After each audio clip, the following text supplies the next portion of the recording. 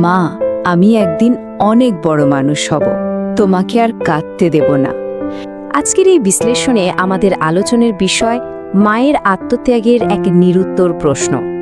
আমরা তো প্রতিনিয়ত সফলতার গল্প শুনি, কিন্তু সেই সফলতার পেছনের নীরব কান্নাগুলো, সেগুলো অনেক সময়ই আড়ালে থেকে যায়। আজ আমরা রাহাত নামের এক তরুণের জীবনের একটা অত্যন্ত মর্মান্তিক আর একদম বাস্তব অধ্যায় নিয়ে কথা বলবো। এই গল্পটা শুধু একজনের নয়, দারিদ্র্য আর মাতৃত্বের নিঃস্বার্থ ভালোবাসা কিভাবে একটা বিন্দুতে এসে মেলে, এটা তারই একটা জীবন্ত চিত্র। চলুন একটু গভীরভাবে বোঝার চেষ্টা করি সেই সব নীরব আত্মত্যাগের কথা, যা কখনো কোনো প্রতিদান চায় না। পরিস্থিতিটা একবার কল্পনা করা যাক। রাত তখন প্রায় 2টো, চারপাশ একদম নিস্তব্ধ। হাসপাতালের একটা ঠান্ডা প্রাণহীন করিডোরে বসে আছে রাহাত। চোখে কোনো ঘুম নেই, আছে কেবল এক গভীর আতঙ্ক আর অনিশ্চয়তা। নির্ঘুম রাতের প্রতিটি সেকেন্ড যেন এক একটা যুগের সমান মনে হচ্ছে। প্রিয়জনের জীবনের চিন্তায় মানুষ ঠিক কতটা অসহায় বোধ করে, তাই নিস্তব্ধ করিডোরটা যেন নীরবে জানান দিচ্ছে। আর এই চরম আতঙ্কের মুহূর্তেও রাহাতের হাতে শক্ত করে ধরা আছে একটা পুরনো জীর্ণ কাগজ, একটা স্মৃতি যা তাকে এই মুহূর্ত পর্যন্ত টেনে এনেছে। জানেন সেই পুরনো চিরকুটায় কি লেখা ছিল? লেখা ছিল, মা, আমি একদিন অনেক বড় মানুষ হব, তোমাকে আর কাঁদতে দেব না। ক্লাস 5-এ পড়া একটা শিশুর একদম পবিত্র আর নির্দোষ একটা প্রতিশ্রুতি। এই কথাগুলোর মধ্যে লুকিয়ে আছে মায়ের কষ্ট দূর করার এক প্রবল আকাঙ্ক্ষা। এটা তো কেবল একটা বাক্য নয়, এটাই রাহাতের জীবনের সবচেয়ে বড় অনুপ্রেরণা। একটা শিশু যখন বুঝতে পারে তার মা কষ্ট পাচ্ছেন, তখন সে নিজের অজান্তেই এমন কিছু দায়িত্ব কাঁধে তুলে নেয় যা তার বয়সের তুলনায় অনেক ভারী। এই চিরকুটটি সেই অসময়ে বড় হয়ে ওঠারই একটা করুণ দলিল। কিন্তু ছেলেবেলার সেই সরল প্রতিশ্রুতির সাথে বর্তমানের বাস্তবতা কতটা নিষ্ঠুর হতে পারে। ছোটবেলায় যে ছেলেটি মাকে আর কাঁদতে না দেওয়ার প্রতিজ্ঞা করেছিল, আজ সেই মায়েরই জীবন বাঁচানোর জন্য অপারেশনের টাকা জোগাড় করতে গিয়ে তাকে নিজের শেষ সম্বলটুকুও বিক্রি করে দিতে হয়েছে। ইচ্ছা আর বাস্তবতার মাঝখানের পথটি যে কতটা দুর্গম, তা এই মুহূর্তটি চোখে আঙুল দিয়ে দেখিয়ে দেয়। মানুষের জীবনের মূল্য যখন অর্থের ওপর নির্ভর করে, তখন ভালোবাসার শক্তিও যেন বড্ড অসহায় হয়ে পড়ে। মায়ের জন্য একজন সন্তানের এই নিঃস্ব হয়ে যাওয়ার চিত্রটি আমাদের সমাজের একটা চরম আর কঠিন সত্য। একদিকে ছিল মায়ের তৈরি করা সান্ত্বনার আবরণ, আমি ভালো আছি বাবা, তুই শুধু পড়াশোনা কর। আর অন্যদিকে এর পেছনের নির্মম বাস্তবতা। রাহাতের সংসার ছিল বাবাহীন। মা মানুষের বাসায় হাড় ভাঙা খাটুনি খেটেছেন। মাসের পর মাস নিজের জন্য কোনো নতুন কাপড় কেনেননি, বরং সেই টাকায় ছেলের জন্য বই কিনেছেন। অনেক রাত না খেয়ে থেকেছেন, কিন্তু তার বিন্দু বিসর্গও ছেলেকে কখনো বুঝতে দেননি। একজন মা সন্তানের ভবিষ্যৎ সুরক্ষিত করার জন্য নিজের বর্তমানকে কিভাবে তিলে তিলে বিসর্জন দেন, তা এই বৈপরীত্য থেকেই একদম স্পষ্ট হয়ে ওঠে। এই নীরব আত্মত্যাগগুলোই আমাদের সমাজের অদৃশ্য ভিত্তি। কিন্তু এই হাসির পেছনের সত্যটা একদিন রাহাতের সামনে চলেই আসে। হঠাৎ মাঝরাতে ঘুম ভেঙে যাওয়ায় রাহাত দেখে তার মা অন্ধকার রান্নাঘরে বসে চুপচাপ কাঁদছেন। এই মুহূর্তটা জীবনের গতিপথ যেন বদলে দেয়। এতদিন ধরে সযত্নে লুকিয়ে রাখা মায়ের সেই যন্ত্রণার বাঁধ যেন ভেঙে পড়েছে। সন্তানকে দুশ্চিন্তামুক্ত রাখার জন্য যে দেয়ালটি মা তৈরি করেছিলেন, মাঝরাতের অন্ধকারে সেই দেয়ালটা যেন হঠাৎ করে স্বচ্ছ হয়ে গেল। রাহাত যখন অবাক হয়ে জিজ্ঞেস করল, মা, কাঁদছ কেন? তখন মা দ্রুত চোখ মুছে যে উত্তরটা দিয়েছিলেন তা হলো, ধোঁয়া চোখে লাগছে রে বাবা।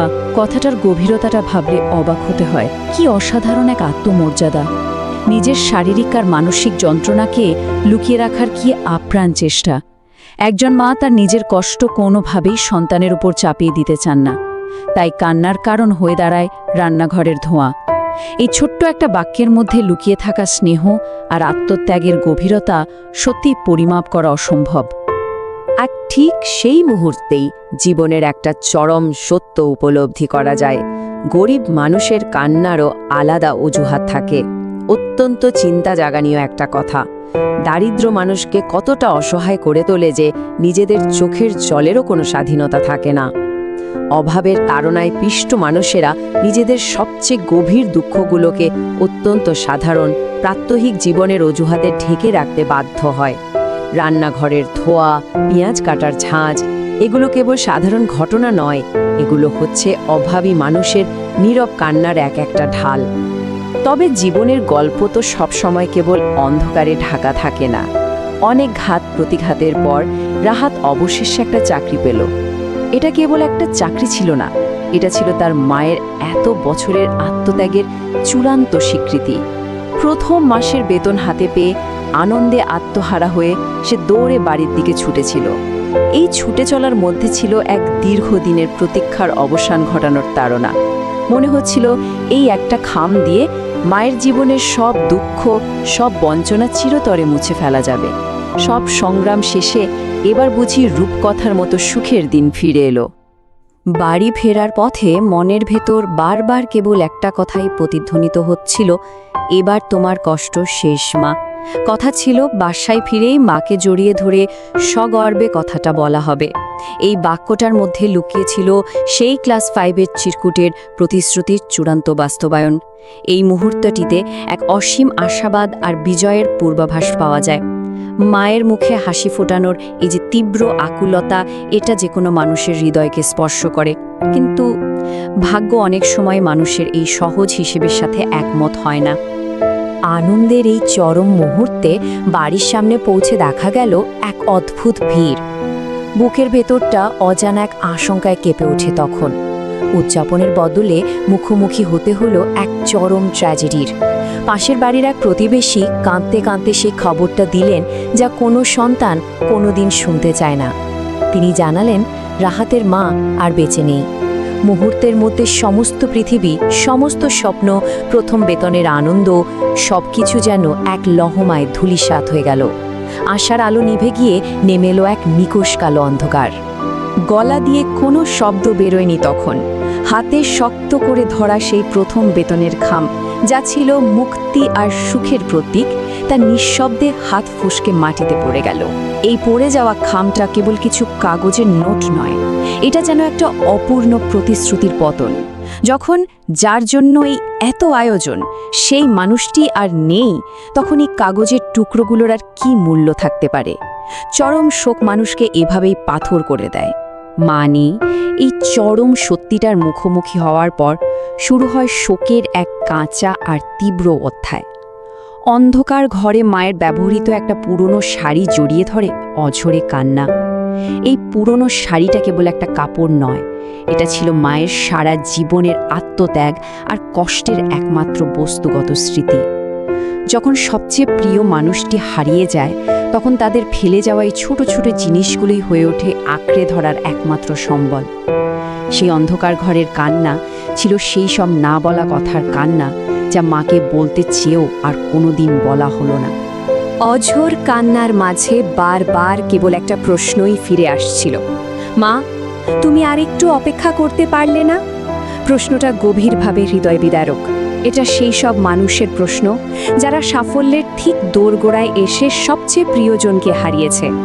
আর একটু সময়ে, আর কয়েকটা দিন, তাহলেই হয়তো সব অন্যরকম হতে পারত, সব কষ্ট দূর হয়ে যেতে পারত। ঠিক যখন সুখের সময়টি এলো, তখনই কেন বিদায় নিতে হলো? এই প্রশ্নটি মানব জীবনের এক চরম অসহায়ত্বকে তুলে ধরে। সময়ের ওপর আসলে আমাদের কারোরই কোনো নিয়ন্ত্রণ নেই। সেই বুক ফাটা আর্তনাদের কোনো উত্তর সেদিন কেউ দেয়নি, আর কেউ কখনো দিতেও পারবে না। পৃথিবীকে এমন কিছু শূন্যতা তৈরি হয়, এমন কিছু ট্র্যাজেডি ঘটে, যার কোনো যৌক্তিক ব্যাখ্যা বা সান্ত্বনা থাকে না।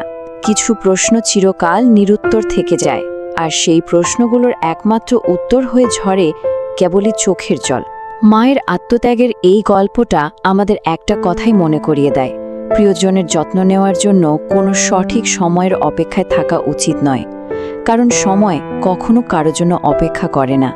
তাই একটা প্রশ্ন থেকেই যায়, প্রিয়জনকে ভালোবাসার কথা বলার জন্য আমরা কি বড্ড বেশি দেরি করে ফেলি?